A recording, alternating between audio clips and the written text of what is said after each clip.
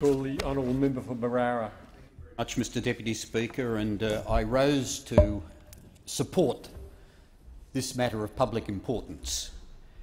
I believe that the measures that the government has adopted today are considered, appropriate and welcome.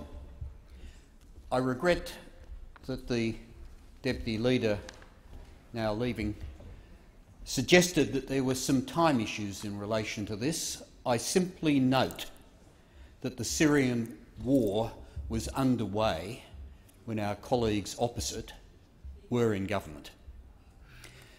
There may be issues about timeliness in relation to these questions. The judgments are always difficult to make as to how you should respond. And I say that very deliberately because of the enormity of the crisis that is before us right now.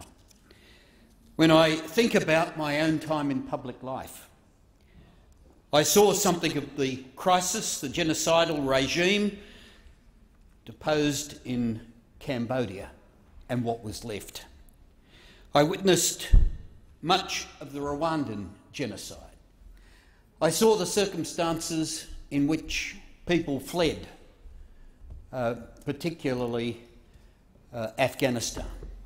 And I had the opportunity with the opposition whip of visiting Lebanon, Jordan and Turkey as part of a parliamentary field visit in November last year.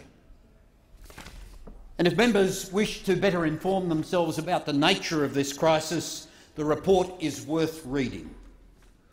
The enormity of it is detailed, particularly the numbers of people displaced. The issues that need to be addressed to resolve it are detailed and unlikely to be easily addressed.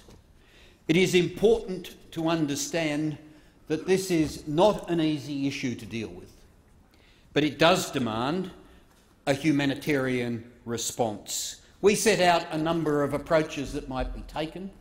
I want to say, as one who looked at those matters and who views today the government's response, I welcome it.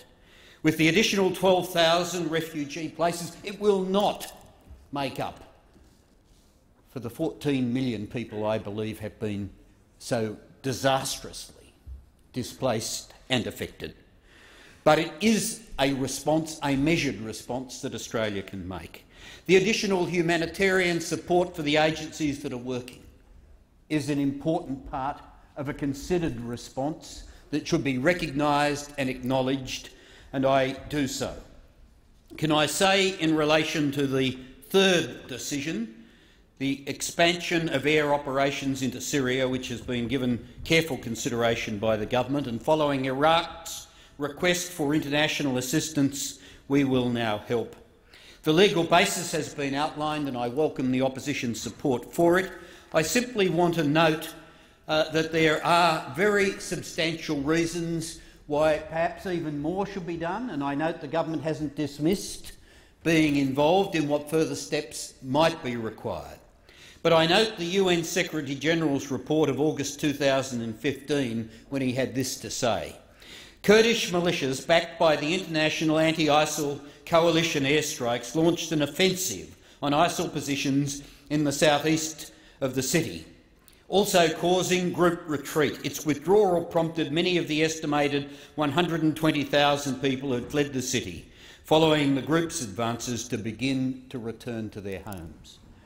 I don't argue that airstrikes will necessarily resolve it all, but I think there is evidence that it can be part of an important response by the international community to try and restore an opportunity for people to be able to return home in safety. I've said before, and I'll say it again, this crisis is not going to be addressed by resettlement programs. The numbers we are talking about are in terms of hundreds of thousands. There have been millions displaced. We need a response that will address the underlying causes, and that's why I welcome the government taking the view that this crisis needed a considered response, and I thank the Prime Minister and his colleagues for bringing that forward today, because there is now a way forward. Hear, hear. Call